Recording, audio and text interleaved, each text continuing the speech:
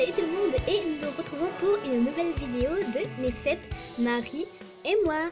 Alors la dernière fois nous étions laissés avec un épisode plus que quelconque, hein, vraiment c'est bataille de qui aura Azumi pour la journée. Donc on va continuer tranquillement, vu qu'il ne se passe absolument rien du tout, hein, voilà.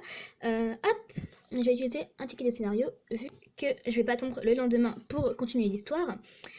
Donc nous allons continuer. Alors, Keita. Excusez-moi, ça vous embête si c'est moi qui accompagne Mademoiselle Azumi aujourd'hui? Et bien sûr, Keita, vas-y, prends-nous. Tout le monde dévisagea Keita avec des yeux ronds.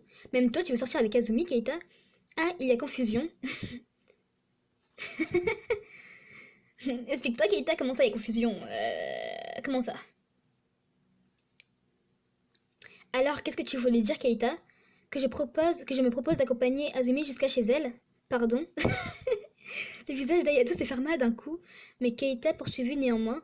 Azumi a atterri ici sans pouvoir emporter aucune de ses affaires. Elle n'a même pas de quoi continuer à travailler ou même vivre sa vie normalement. Ne serait-il pas juste de la laisser récupérer quelques effets personnels au moins? Keita, il a réfléchi à ce que je lui ai demandé hier. Mon cœur se gonfla de gratitude en le voyant prendre ainsi des risques auprès de ses supérieurs pour moi. Si elle a besoin de quelque chose, on lui achètera. On peut largement lui offrir une vie agréable sans qu'elle ait besoin de travailler. Certes, mais... Ayato, intervins-je en me tournant vers lui. Je ne peux pas laisser Keita plaider seule pour moi. Je me suis déjà engagée pour un délai et puis j'ai mon travail, j'aimerais bien pouvoir continuer. Ce sera juste l'affaire de quelques heures, le temps de prendre 1 ou 2 sacs. Ayato, on peut bien lui accorder ça, non?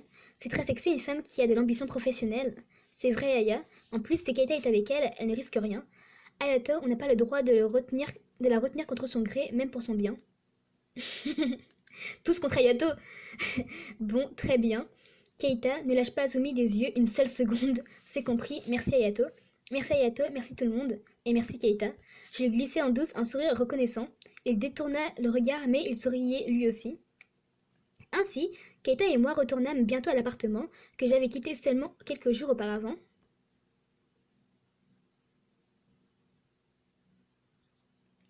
Scénario spécial. C'est parti. C'est joliment décoré, constata Keita en entrant dans l'appartement après moi. J'ai l'impression que ça fait des siècles que je ne suis pas venue. Prends un siège, je t'en prie. Je suis désolée, c'est un peu modeste comparé au manoir. Mais non, pas du tout. C'est aménagé avec beaucoup de goût très personnel. Je ne puis m'empêcher de rougir à cette remarque. En fait, c'est la première fois que j'invite un homme chez moi. Je fais du thé. Oh, ne vous embêtez pas pour moi. Si, ça me fait plaisir, je ne voudrais pas m'imposer. Protesta-t-il alors que j'ai filé dans la cuisine, mais pas du tout. C'est qu'on ne sait jamais ce qui pourrait être arrivé alors. Il prend son travail très au sérieux. Oui, je suis bien plus sereine de savoir que tu es là. Je revins avec la bouillarde et, le trouvant à nouveau debout, l'invitai une nouvelle fois à s'asseoir devant la table basse. J'ai posé une grande tasse devant lui. Merci beaucoup. Tu peux prendre un coussin, tu sais. Non, c'est très bien comme ça. Fais comme chez toi, hein. Tu ne veux pas étendre tes jambes? On dirait qu'on le force, le pauvre. Ah là là. Non, Pardon, je suis un peu tendue. Pourquoi? C'est la première fois que j'entre chez une femme de mon âge, et cette chambre est bien plus intime que celle du manoir. Je suis un peu troublée. Il devenait de plus en plus rouge à mesure qu'il avouait. Encore une fois, son embarras contamina mes propres joues, qui sont, ils sont trop mignons, qui s'enflammèrent à leur tour. Je vais rassembler les affaires dont j'ai besoin et on pourra repartir. Prenez votre temps, ne vous inquiétez pas. D'accord, merci. Il est vraiment pur, c'est adorable. Ah, vous deux, vraiment Ils auront des bébés tout gentils. Bon, je pense que j'ai pris ce dont j'avais le plus besoin. Je fermai péniblement le sac contenant mes affaires de travail. Ça y est, j'ai fini. Pardon d'avoir tardé. Ce n'est rien, laissez-moi porter votre sac. Mais quand il essayait de se lever, ses genoux se dérobèrent sous lui. Ouh! Il essaya de se retenir à moi, mais ne réussit qu'à nous faire tomber tous les deux sur le parquet. Il se retrouva à plat ventre sur moi, son visage tout près du mien. Pardon? Je crois que j'avais des fourmis dans les jambes, je vous ai pas fait mal. Son bras était passé sous ma tête, l'empêchant de heurter le plancher. Il m'a protégée au dernier moment. Non, ça va. Sous son regard plein de sollicitude, j'entendis les battements de mon cœur se précipiter. Ça devrait aller mieux maintenant. Ses muscles devaient encore être engourdis, car en essayant de se relever, il retomba sur moi. Nos visages étaient si proches que nos souffles se mêlaient. Mon Dieu!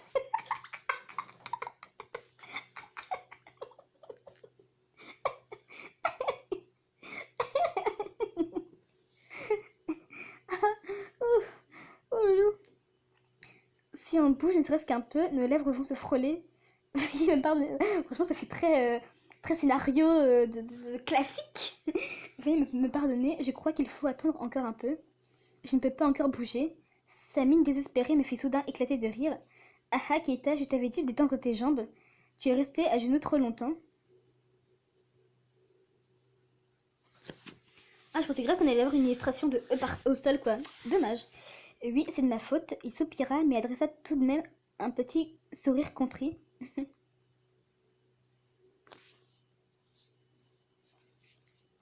Enfin, Keita porta mes affaires jusqu'au coffre de la limousine. Merci pour tout, Keita. Je vous en prie, ce n'est rien. Ce n'est même pas très lourd. Oui, mais je voulais aussi te remercier d'avoir parlé à Ayato ce matin et d'avoir prêté attention à ce que je t'ai dit hier. Vous aviez l'air embêtée, mademoiselle Azumi. C'est mon rôle de veiller à ce que la vie des hommes du manoir se déroule sans accroc. Cette mission s'étend à votre confort à vous aussi maintenant. Son rôle, parce que je suis leur femme. Oui, précisément. Je dois faire tout ce qui est en mon pouvoir pour que votre séjour soit le plus agréable possible. Je ne savais trop que penser de cette déclaration. J'aurais aimé que notre relation soit bien moins formelle. Je vous en prie, mademoiselle Azumi, déclara-t-il, tandis qu'il ouvrait la porte arrière de la voiture pour m'inviter à monter. Dis, je n'ai pas le droit de monter sur le siège avant plutôt. Oh, c'est que c'est plus sûr à l'arrière et... Mais c'est plus facile pour discuter. On n'est que tous les deux cette fois, s'il te plaît. Après un instant d'hésitation, il finit par me sourire. Bon, d'accord. Mais soyez prudente, d'accord. Il a peur de quoi? Depuis quand c'est dangereux de se mettre à l'avant, tranquille? Je n'avais pas encore eu l'occasion d'observer son profil pendant qu'il conduit. Mademoiselle Azumi, j'ai voulu encore m'excuser pour le comportement de Toya ce matin. T'inquiète, on l'avait déjà oublié celui-là, répéta-t-il avec un air coupable alors que la voiture démarrait doucement. Je t'inquiète encore pour ça, j'ai déjà oublié, j'avoue. Plus aucun souvenir. Je vous avais pourtant promis d'accourir s'il arrivait quoi que ce soit. Tu n'y étais pour rien, je devrais même plutôt te remercier. Tu as déjà couru pour me sauver la fois où c'était dramatiquement nécessaire. Tu es mon sauveur, tu sais. Je lui souris, sincère, mais il se contenta de pincer les lèvres, une expression douloureuse sur le visage. Keita, je suis vraiment désolée. Qu'est-ce que... N'y pense plus, je t'ai dit. Il ne parlait plus de Toya. L'expression chagrinée qu'affichait le majordome me serra le cœur. Qu'est-ce que... Est-ce qu'il a à voir avec l'enlèvement? Non, quand même pas. Tu es vraiment fort, Keita, déclarai-je d'une voix forte pour le tirer de ses réflexions amères. Pardon. Je repensais au moment où tu es venu me sauver. Tu t'es battu seul contre plusieurs adversaires. Oh, j'ai l'habitude. De quoi? De te battre comme ça? J'ai du mal à me représenter Keita se bagarrant tout le temps. Keita me répondit avec un sourire. Ce n'est pas ce que tu crois. Je n'aime pas déclencher les bagarres, mais j'aime les arts martiaux. Ma famille tient un dojo. J'apprends à me battre depuis que je suis tout petit auprès de mon père. Oh, vraiment? C'est pour ça que tu es si fort. C'est nécessaire dans mon métier. Les hommes du manoir sont des personnalités publiques avec un rang et une fortune à protéger. Des personnes mal intentionnées peuvent surgir de partout. Il faut donc pouvoir faire face aux dangers en toute situation. Ayato m'a engagé en tant que majordome et garde du cœur à la fois. Ah oui, encore une preuve de la gentillesse dont ils font preuve envers moi. Les risques que j'encours s'ajoutent aux leurs. Ça fait combien de temps que tu travailles pour eux, Keita? Plus de 2 ans déjà. C'est Haruto qui m'a recommandé auprès d'Ayato. Oh, je vois. Je lui dois beaucoup, mais à Tsubasa aussi. Avant d'être engagé au manoir, je protégeais une personne très importante et j'ai dû l'accompagner sur le champ de bataille. Le champ de bataille? Cette révélation me laissa pantoise. Pourtant, je n'étais pas encore au bout de mes surprises. C'est en faisant ce travail que je me suis gravement blessée. Or, à l'époque, Tsubasa travaillait comme médecin militaire sur le terrain. C'est grâce à lui si je m'en suis remis. Je lui dois la vie réellement. Incroyable, stylé, carrément. Il a fait l'armée et tout, le petit Keita. Incroyable. J'avoue, pour le coup, c'est incroyable. Tout ce qui s'est arrivé à ce petit Keita qui s'est pris, qui a été gravement blessé sur le champ de bataille, quoi, vraiment comme un guerrier, un soldat. Quand il racontait son passé, le respect que Keita vouait aux hommes du manoir se lisait dans ses yeux. En cet instant, j'eus l'impression d'être autorisée à entrevoir toute la beauté et la bonté qu'il avait dans le cœur. Ça devait être très difficile, mais c'est une expérience impressionnante. Pardon, je raconte un peu ma vie. J'espère que je ne vous ai pas ennuyé. T'inquiète, s'excusa-t-il avec un petit sourire penaud. Je m'inquiète pour toi, je suis heureuse d'en savoir plus sur toi. On est heureuse, voyons. Non, pas du tout, je suis surprise, mais je suis heureuse d'en savoir plus sur toi.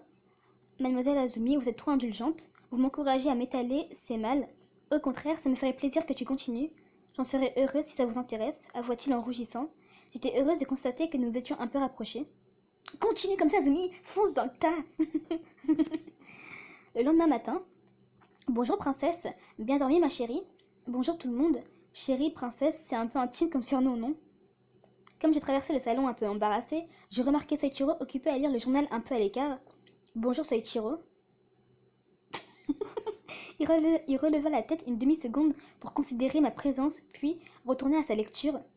Décidément, il fait un peu peur. Tiens, mais... Azumi, ça ne va pas? Il n'est pas là ce matin, Keita? Qu'est-ce que tu lui veux? Rien n'est parti. On dirait qu'on va se faire agresser parce qu'on veut Keita, ben, doucement et tout. Rien de particulier, mais c'est son jour de congé. Il est rentré dans sa famille. Oh, d'accord. Il a bien le droit à des vacances, lui aussi, c'est vrai ça. Mais qui les protège du coup? Il ne m'a rien dit à moi. Ils ont une rencontre de prévue chez lui. Une rencontre? Oui, de ninja. Le ton très sérieux de Shizuki me laissa désemparé. Quand Ayato en a parlé l'autre jour, ce n'était pas une blague alors? Mais je croyais que ses parents tenaient un dojo. Oui, c'est leur couverture. Il est l'unique héritier de sa famille. J'imagine qu'il doit assister à toutes les réunions de clan. Lui non plus n'a pas l'air de plaisanter en disant ça. Mais je croyais que ça n'existait plus, les ninjas aujourd'hui. Je restais bouche bée. Les ninjas. Azumi, tu as quelque chose de prévu aujourd'hui? Ah, tu n'es engagé auprès d'aucun des autres encore. On doit vraiment respecter cette règle. Quelqu'un a proposé le contraire. On l'a édicté le jour du contrat pour te protéger. Mais bien sûr, tu es libre de faire ce que tu veux. Ça ne changera rien au fait que tu es toujours notre femme. Précisa-t-il avec un sourire malicieux en penchant la tête sur le côté. Ok. Donc on en a appris plus sur le petit Keita, hein, évidemment, qu'il a fait la guerre, que du coup, pendant qu'il a fait la guerre, il s'est blessé, et du coup c'est Tsubasa, le médecin, qui lui travaillait pour l'armée, l'a soigné. Après il a été recommandé par Haruto, et c'est comme ça qu'il a atterri ici, et qu'il fait partie d'une famille de ninjas, et que c'est le seul héritier. Vous savez beaucoup un peu d'informations comme ça, direct. Enfin bref, toujours rien de très intéressant concernant nos agresseurs. Donc sur ce, mais dans tous les cas, je suis sûre que l'action va commencer peut-être aux épisodes, au chapitre 4-5 vraiment. Avant, à mon avis, c'est que l'introduction pour mettre pour nous mettre dans le bain, quoi. Enfin bref, sur ce, moi je vous dis à la prochaine pour une prochaine vidéo. Tchuss les gens.